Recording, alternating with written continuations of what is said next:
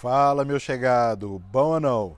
No vídeo passado nós mostramos em detalhes esse Fiat 500e Icon 2022, a versão elétrica desse carrinho histórico. E agora chegou a hora da gente dar uma volta nesse carro para ver se ele continua divertido de andar. Então bora colocar a câmera na cabeça e fica comigo até o final que eu ainda vou te dar a minha opinião sobre ele. Eu sou o Anderson Teodoro e você está na Magic Torque.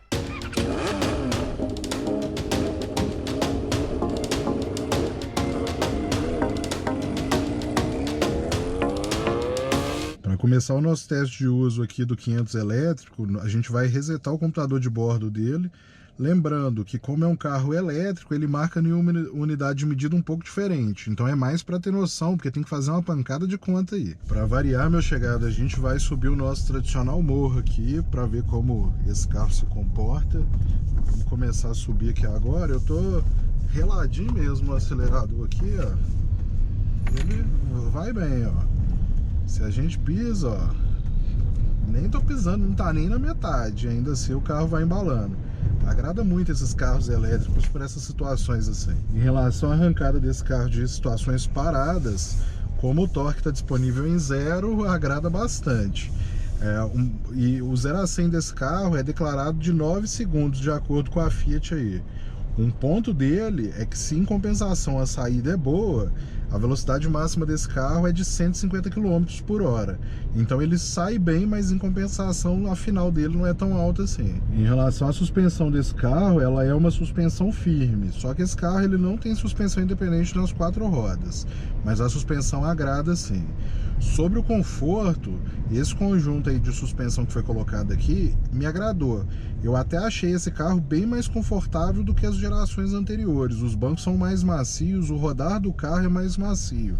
E aqui não tem aquele trem de banco duro igual é da geração anterior, não. O sistema de freios desse carro, eles agradam. Eu sempre falo de freio em todos os carros que eu ando. Aqui eles agradam sim. O que eu achei uma sacanagem, assim, uma pena, foi ter perdido o freio a disco nas 4 rodas, que as gerações anteriores a combustão tinham em todas as versões.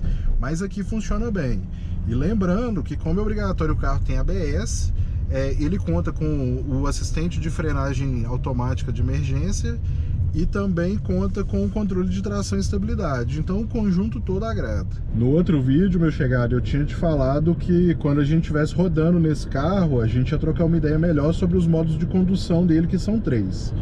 No modo normal, o sistema de freios funciona da forma que a gente conhece mesmo, atua o freio motor assim como em qualquer carro, e a bateria é parcialmente recarregada.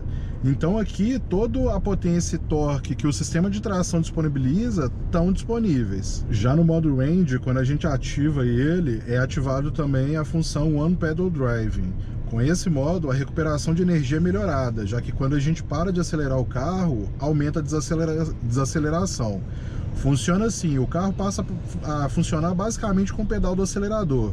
Então quando a gente tira o pé, ele já freia o carro, aumentando assim a regeneração da bateria, e com isso o freio fica apenas para situações de emergência, para travar o veículo, para parar o veículo. Já no modo Sherpa, ele também funciona através de um pedal só que aqui vários parâmetros do carro são ajustados. Então ele passa a ter uma velocidade máxima de 80 km por hora, o ar-condicionado é desligado e vários sistemas auxiliares do carro também são desligados, para assim ter o melhor consumo possível. Com isso, a ideia é ter uma autonomia maior, enquanto a regeneração da bateria é melhorada. Bom, meu chegado, a gente vai dar um pé fundo nele aqui para ver como é que ele se comporta. Então eu vou passar no radar a menos de 80 km por hora, vamos ver se a galera vai cooperar. Então, ó, passei 60 e poucos, só que aí a moto não coopera. Sai, meu filho. Vamos lá, já vamos entrar no na nossa curvinha aqui, estamos a 96 km por hora. Assim, a geração anterior, ela passava a sensação de ser um pouco mais alta do que essa, mas não é, se olhar a ficha técnica. E já parecia um kartzinho, assim. Essa geração aqui parece mais ainda, porque o carro tem potência, tem mais potência do que a anterior, tem torque, 22,4 kg de torque não é pouca coisa para um carro curtinho assim. Então a gente pisa, ó, e essa questão do elétrico, o carro vai embora. A gente já está aqui a 110 km por hora. Para fazer curva o carro agrada também. Infelizmente, mais uma vez, a galera não sai da faixa da esquerda ou não anda. Então vamos cortar pela faixa do meio aqui, para ver se a gente consegue chegar na frente dela. Só que aí o Fiesta aqui já complicou o nosso lado também. Vamos entrar aqui. O carro agrada, em curvas ele é bem firme assim, ele faz curva bem, ele acelera bem. Por exemplo, ó, vamos tirar o Fiesta da nossa frente, 90, pisamos tudo, ó, já tá a 110. Então isso é muito divertido, né? Nesse ponto aí o carro elétrico realmente tem uma qualidade, ó, vamos de novo, 110, já estamos a 122, 124 km por hora aqui. O único ponto desse carro como eu falei, a velocidade máxima é de 150 km por hora. Então, para quem gosta aí de dar uma acelerada, pegar uma estrada, algo assim, o carro vai dar uma morrida cedo. Vamos de novo, ó, aqui não tem radar, nós já saímos de 110, ó. Olha como é que o carro desenvolve, ó. Já estamos a 130 km por hora praticamente, ó. Só que aqui já dá para sentir o carro dando uma morrida. A aceleração dele, por exemplo, de 60 a 100 km por hora é declarada em 4,8 segundos. Aqui a gente saiu de 110 para chegar a 130, o carro já sofreu mais. Esse carro é equipado com uma direção elétrica, que tem um peso assim, ela é bem leve para manobras em cidade, esse tipo de coisa. Ela poderia ficar um pouco mais rígida em altas velocidades. Por exemplo, toda hora eu estou falando carro a combustão, porque é uma geração anterior, então a gente acaba comparando. Na geração anterior, lá tem um modo esporte, que quando a gente ativa, a direção fica bem pesada mesmo. Para você ter uma ideia, para manobrar, para fazer manobras, quando esse modo esporte está ativado, chega a incomodar. Mas em alta velocidade, passa uma sensação de segurança maior. Para mim, aqui poderia ficar mais ou menos com aquele peso, que fica bem pesadinho, além de passar mais sensação ainda de um kartzinho, transmite segurança. Mas não é ruim não, ela não é tão boba assim não. Eu só acho que ela poderia ficar mais pesada. Agora me conta aí nos comentários, meu chegado, esquecendo o preço, você teria um Fiat elétrico desse? E eu confesso que eu sou suspeito para falar, porque eu tenho uma combustão. E esse aqui elétrico eu tô achando muito legal. Como esse carro aqui é elétrico, ele não tem um câmbio assim, é uma marcha para frente e uma para trás. Então não tem aquela sensação de troca de marcha, tranco, nada disso. Como eu falei lá no vídeo do Nissan Leaf, que também é elétrico, eu achei que eu fosse estranhar mais isso, mas eu confesso que não me incomodou em nada não, nem senti falta. Se você não assistiu esse vídeo do Nissan Leaf, eu vou deixar aqui no card, para quando acabar esse vídeo aqui, você ir lá assistir, porque é um carro bem legal também. Aqui, esse carro também vai ter o sistema Hill Holder, que não é nenhuma novidade aí. Ele funciona assim, quando você está em uma subida, ele trava o carro por alguns segundos, que é o tempo de você tirar o pé do freio e levar no acelerador sem que o carro volte. O motor elétrico desse carro gera 118 cavalos de potência, que não é assim dos mais fortes pensando no elétrico não. Se a gente comparar, por exemplo, com o Nissan Leaf, que foi o outro elétrico que a gente andou, ele é até mais fraco.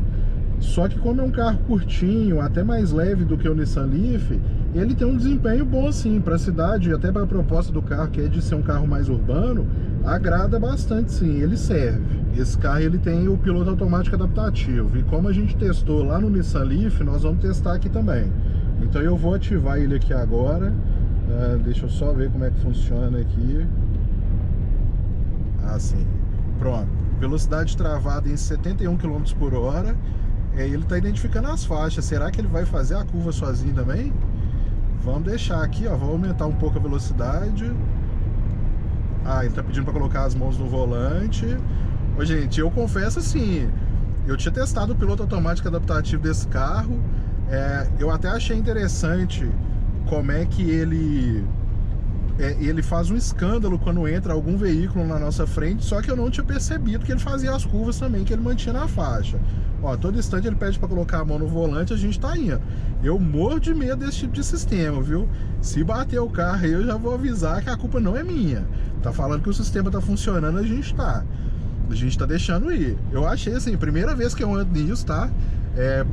Tá criando conteúdo e nunca nem andou. Não andei. Sou pobre, não tenho amigo que tem carrão que tem isso, então sim, é a primeira vez. Tô achando o máximo aqui. Toda hora ele pede pra gente colocar a mão no volante, ó. Ele deu uma aceleradinha agora ele já ia passar, por isso que eu coloquei a mão no volante aqui. É o que eu falei, não confio muito nesse tipo de sistema, dá até um medo assim, mas o carro tem. É o suficiente, por exemplo, para dar uma descansada, né? ele deu uma acelerada ali naquela curva e do nada ele também ia passar reto na curva.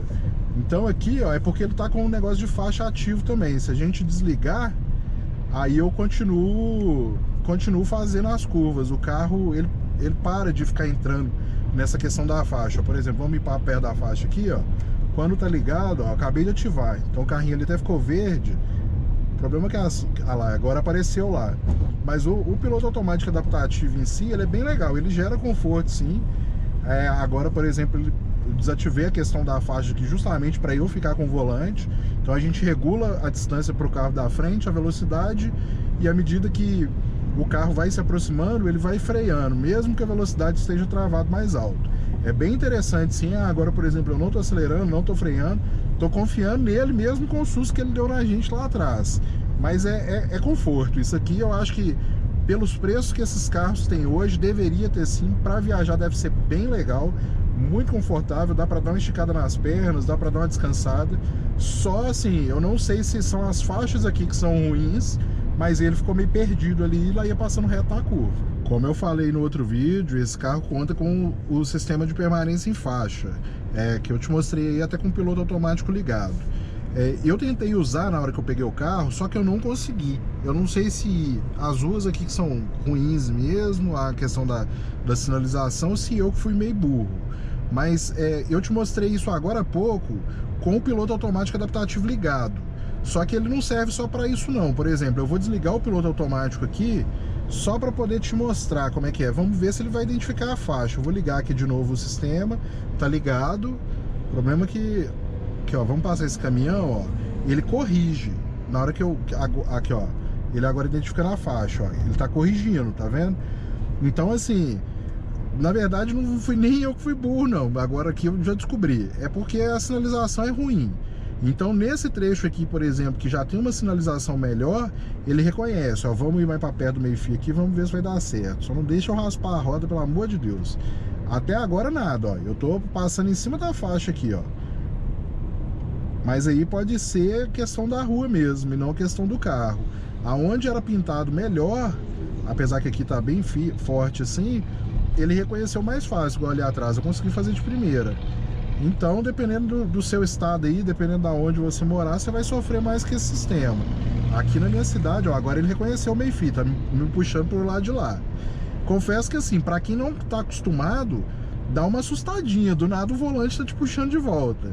Mas é bem útil aí para evitar qualquer perigo, tipo de acidente. Você aí não tá vendo a faixa, por qualquer motivo, atravessar a rua. A gente está chegando aqui ao final do teste de uso do Fiat 500 elétrico, meu chegado, e ele está mostrando um consumo de 7,8 km por quilowatt. Como eu falei no início do vídeo, tem que fazer algumas contas aí para poder ver como é que funciona, quanto que gasta. Mas de acordo com vários relatos, inclusive pelo que a Fiat declara, uma carga dessa bateria aí é R$35. Então, claro, vai ser muito mais econômico do que um carro a combustão e até mesmo do que a geração passada desse carro, que era a combustão também, que a gente já mostrou aqui. E este foi o teste de uso do Fiat 500e. A primeira coisa que eu vou te falar sobre esse carro é que, como eu tenho uma combustão, se eu tivesse grana eu teria um desse aqui fácil. Só que como eu não tenho, eu vou ficar só na vontade. E eu tô te falando sobre ter grana porque esse carro aqui foi lançado a R$239 mil. Só que hoje, entrando no site da Fiat, através da minha localização, ele está anunciado lá por 255 mil. O ponto central aqui desse carro é que é um carro bem pequeno. Então vai te ajudar aí no trânsito do dia a dia para poder encontrar vaga nessas cidades que hoje em dia cada vez menos tem vagas de estacionamento. Só que em compensação, se você tem filhos, precisa de mais espaço, talvez esse carro aqui não seja para você. Como eu sou casado, mas não tenho filhos, esse carro aqui me atende muito bem. Só para você ter uma ideia, mesmo com seu porta-malas de 185 litros, é suficiente para a gente fazer as compras do mês, guardar tudo sem ter que rebater os bancos. E aqui eu vou te falar a mesma coisa que eu falei lá no vídeo do Nissan Leaf. Quem está comprando esses carros hoje, 0 km, não tem muito com o que se preocupar. À medida que os anos forem passando e eles precisando de manutenção, principalmente no que diz respeito à bateria, que a gente vai ver qual que é desses carros elétricos. E mesmo não tendo um motor tão forte, como é um carro elétrico e seu torque está em zero, agrada bastante. E ainda tem esse design, que eu particularmente sou muito, mas muito fã. É nessas horas que é bem triste ser pobre, viu? Porque se eu pudesse e meu dinheiro desse, eu trocava o meu a combustão num elétrico desse aqui, porque eu achei muito divertido. Eu vou ficando por aqui, meu chegado, mas me conta, gostou desse vídeo? Então compartilha lá naquele grupo de WhatsApp que vocês estão sempre falando de carros e com aquele seu amigo que sempre pergunta se tal carro é bom ou se tal carro não é. Eu aguardo você para o próximo vídeo, lembrando que aqui tem vídeo todas segundas, quartas e sextas, sempre ao meio-dia. Em té.